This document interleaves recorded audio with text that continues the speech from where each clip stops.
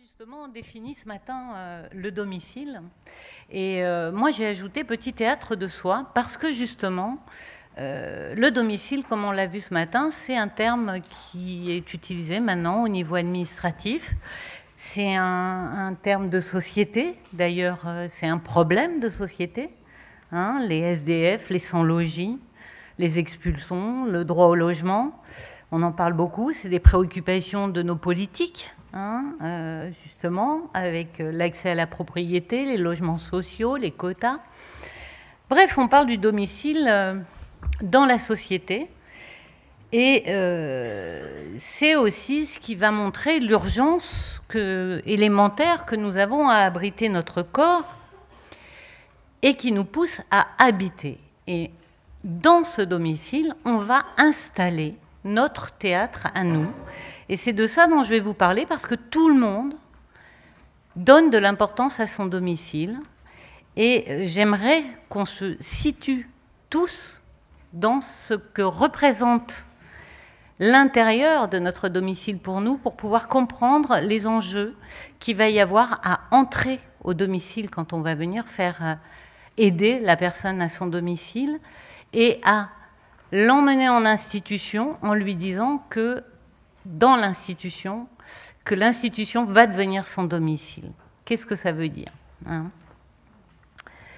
Donc, certes, le logis va servir à abriter notre corps, à le protéger des intempéries, des dangers extérieurs, mais il va aussi avoir, à nos yeux, d'autres nécessités qui vont être de nous préserver, de préserver notre moi, notre intimité, dont on parlait aussi ce matin, et de nous valoriser à nos propres yeux, mais aussi aux yeux des autres.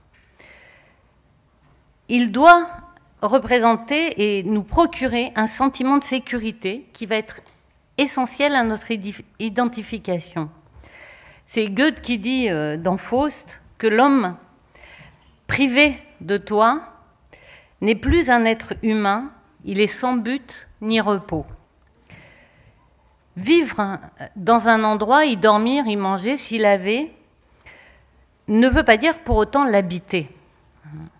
Habiter, c'est une conduite par laquelle les hommes vont donner un sens à l'espace où ils vivent, vont donner un sens qui va leur permettre de faire face aux changements en adaptant leur personnalité sans pour autant rompre leur unité. Le fait d'habiter, ça implique la nécessité de planter ses racines. Ça veut dire être chez soi, dont on parlait aussi ce matin. Être protégé corps et âme dans cet endroit particulier, privé. Le logement, il est à la fois fidèle et délateur. Parce que les univers domestiques que nous allons installer vont révéler nos mises en scène. Les biographies vont s'exprimer, elles vont s'exposer dans le décor, sur les murs. Ainsi, le sujet va poser ses limites entre le public et le privé, l'intime. Le logement va correspondre à une zone d'emprise à laquelle nous pouvons nous identifier et dans laquelle on peut voir comme une extension de nous-mêmes. Ça m'amène à vous parler du concept de Didier Angieux, le concept d'enveloppe psychique, de moi-peau. Et Angieux définit le moi-peau en disant le moi se structure en une interface et permet ainsi d'enrichir les notions de frontières, de limites, de contenants. Le moi-peau est une interface entre le dedans et le dehors qui protège des pulsions internes et des agressions externes. L'extérieur ne peut pas pénétrer à l'intérieur sans être filtré. Ce qui permet à l'homme de se familiariser avec l'extérieur, de se socialiser, tout en s'individualisant. Limiter, contenir, protéger. il me semble qu'on peut faire la comparaison de cet état de fusion-séparation avec le logement. On s'aperçoit que l'individu va utiliser ce lieu comme un espace fusionnel qui va lui garantir sa survie, sa protection, son individualisation, sa différenciation aussi des autres. En ouvrant et en fermant portes et fenêtres, il va filtrer ce qui va entrer dans cet espace qui lui est réservé. L'intimité semble donc un facteur essentiel à la mentalisation de son intériorité.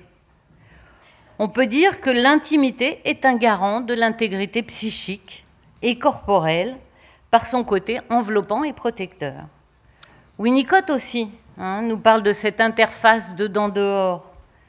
Il nous dit, dans la vie de tout être humain, il existe une partie que nous ne pouvons ignorer. C'est l'espace potentiel, l'aire transitionnelle, à laquelle contribuent simultanément la réalité intérieure et la vie extérieure. Cette aire n'est pas contestée, car on ne lui demande rien d'autre sinon d'exister en tant que lieu de repos pour l'individu, engagé dans cette tâche interminable qui consiste à maintenir à la fois séparés et reliés l'une à l'autre réalité intérieure et réalité extérieure. L'espace privé concerne donc l'espace de vie de l'individu, mais aussi de ses familiers, des relations de son choix.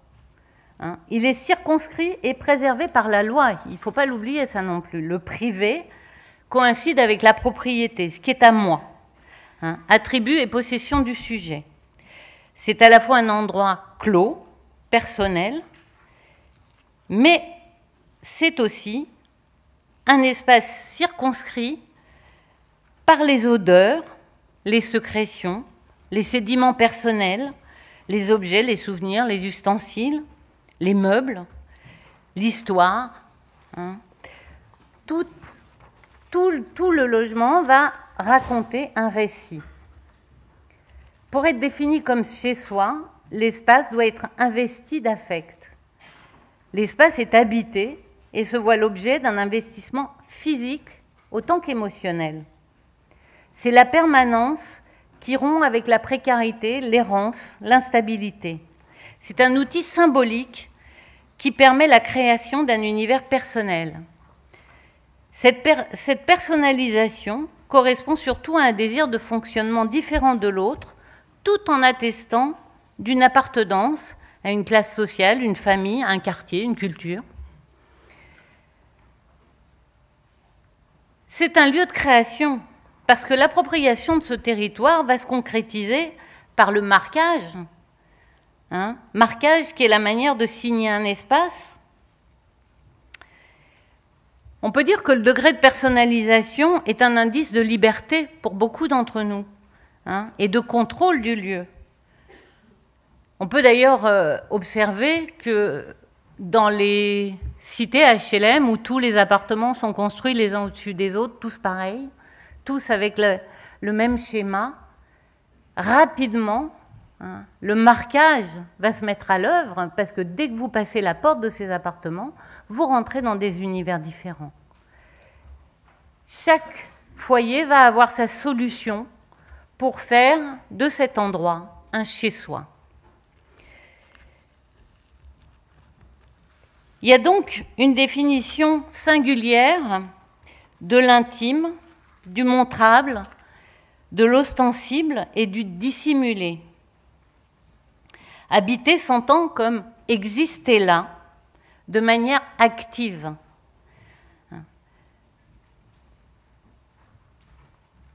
En général, la mise en scène va jouer de l'espace et du temps.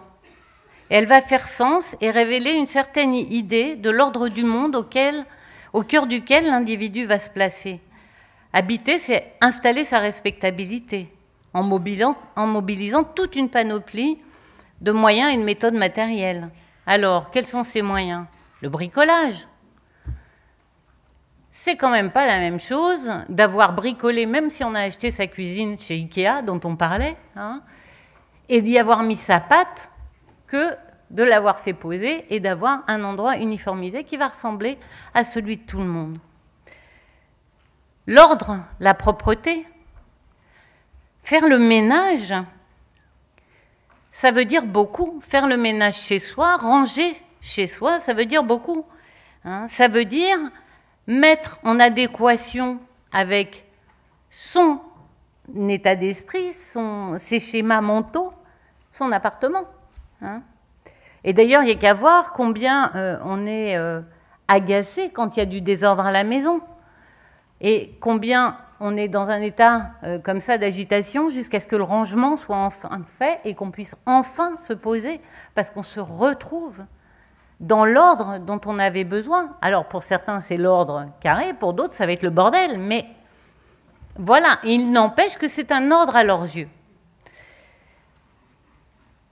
Il y a les odeurs aussi. Les odeurs d'un appartement, le rangement d'un appartement, le ménage, les produits avec lesquels on fait le ménage, on les choisit et ils font partie de notre univers, ils font partie de cette enveloppe qu'on a besoin de retrouver pour se sentir chez soi.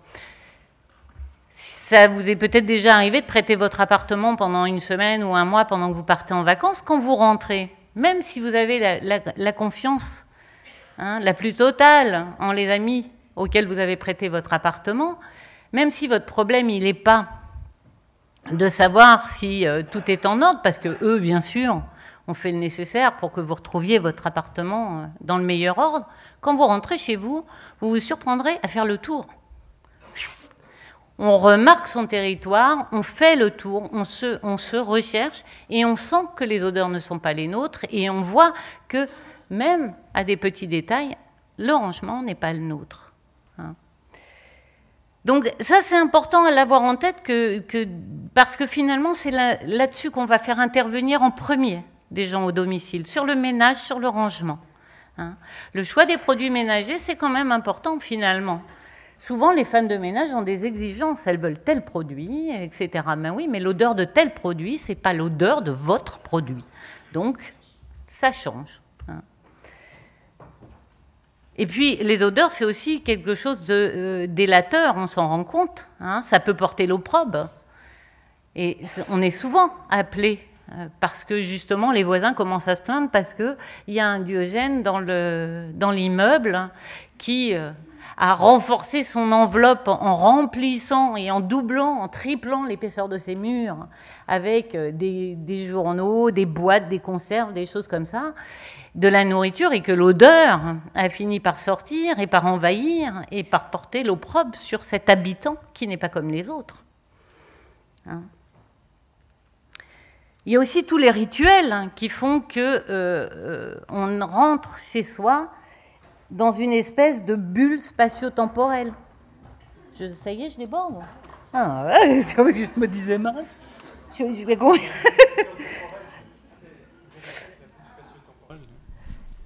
Ah mais j'y suis moi là, c'est bon. Oui mais là vous me bouffez mon temps, ça va pas. Donc on est dans une bulle spatio-temporelle quand on est chez soi. On peut maîtriser les choses, on peut maîtriser aussi notre rapport avec l'extérieur. Soit on allume la télé, hop, et donc là on a une vue du monde qu'on peut tranquillement commenter chez soi, partager avec les autres, sans pour autant se sentir pris dedans. Le chez-soi, ça va autoriser l'expression de ce qui est personnel, de ce qui est caché aux autres. L'intimité est en relation avec la subjectivité du corps et la subjectivité de l'esprit. C'est le lieu où vont se passer les choses qu'on ne peut pas montrer, qui doivent rester cachées. La défécation, la sexualité, la dénudation, le lavage, tous les agissements du corps, mais aussi les mouvements d'humeur, certains rires, certaines pleurs, certaines colères, qu'on ne peut pas laisser exploser à l'extérieur. Donc enfermé et protégé par le logement, loin des regards et du jugement d'autrui, l'individu peut s'autoriser à être lui-même, à laisser apparaître ce qu'il croit être sa personnalité authentique. Chez soi, comme nulle part ailleurs, on se sent le droit de fermer la porte à l'importun. L'altérité est choisie, maîtrisée. Et ça répond à l'altérité imposée des lieux de la vie publique. Personne n'a le droit d'entrer dans un foyer sans demander la permission de l'habitant. La sphère privée est légalement protégée. Les portes et les fenêtres assurent la semi-perméabilité, le filtrage dont on parlait tout à l'heure. Et la fenêtre, c'est pas simplement pour faire rentrer la lumière, c'est aussi un œil sur le monde extérieur. Le volume de l'appartement accueille le temps de l'existence. C'est un outil de conversion espace-temps et d'accumulation d'instantanés d'existence. Les études, d'ailleurs, portant sur le délire, ont montré que le rapport à la maison est lui-même une expression de la pathologie. Et on révèle le lien étroit entre le sort de l'individu et celui de sa maison. Les tentatives d'agression, les intrusions du voisinage qui envoient des gaz, qui rentrent, qui envoient des ondes. Et on voit des individus qui vont commencer à se protéger. Alors, ça peut être... Moi, j'ai vu comme ça un monsieur qui avait complètement blindé son appartement avec des plaques d'aluminium partout pour empêcher les ondes envoyées par les voisins d'entrée. Mais en protégeant son appartement, il se protège lui-même. D'ailleurs, il n'y a pas besoin d'être délirant pour mettre une porte blindée 6 points et des doubles vitrages et des doubles volets. On a besoin aussi de savoir que notre chez-soi peut fermer pour nous protéger. Je vous demanderai de conclure. Oui, faut que je conclue. Ah oui. Zut alors. Bon. Bon, mais je vous aurais pas tout dit. J'aurais pas parlé de l'extension aussi qu'on peut avoir avec l'extérieur, parce que c'est quand même pas un endroit que clos. Le domicile, c'est un endroit où on reçoit, où on s'expose soi-même, où on se représente aux yeux des autres. C'est un endroit qui doit pouvoir accueillir. C'est un endroit qui est aussi fait de ce qu'on a pris des autres, de l'altérité, de nos identifications. Le meuble de la grand-mère qui a sa place dans le salon, ou même les vieux meubles qu'on va acheter chez l'antiquaire et dont on est content de voir les traces du passé inscrites dessus. Donc tout ça va faire de ce domicile dont on parle un endroit qui nous représente, un endroit où on s'exprime, un endroit où on existe, et pas seulement une adresse. Donc, ça me paraissait important d'en parler un peu, parce que ça nous permet de comprendre, en nous resituant, nous, dans ce qu'on vit dans notre domicile, dans le fait qu'on n'est pas toujours ravis de voir entrer des gens chez nous. D'ailleurs, il n'y a qu'à voir le traumatisme que crée un cambriolage et le fait de retrouver son appartement sans dessus-dessous. On sent bien que ce n'est pas seulement une histoire de matériel qui a été retourné, mais que la personne elle-même a été bouleversée. Et que là, on peut avoir affaire à un véritable traumatisme psychique. Donc, ça me paraît important de faire un travail de décryptage et de réflexion autour du contexte dans lequel le soin va être exercé, que ce soit au domicile ou en institution, dont on dit quel est le domicile. Et ça peut permettre aux soignants comme aux familles d'opérer un déplacement de l'intérêt du corps du sujet uniquement vers sa psyché, vers son identité, et pour préserver le plus longtemps possible et le mieux possible le lieu de sa conscience, de son intimité et de sa présentification dans un lieu. C'est donc une culture du lien et de la reconnaissance qu'il s'agit de promouvoir pour que chacun puisse trouver dans la relation d'aide la place où il peut exister. Merci.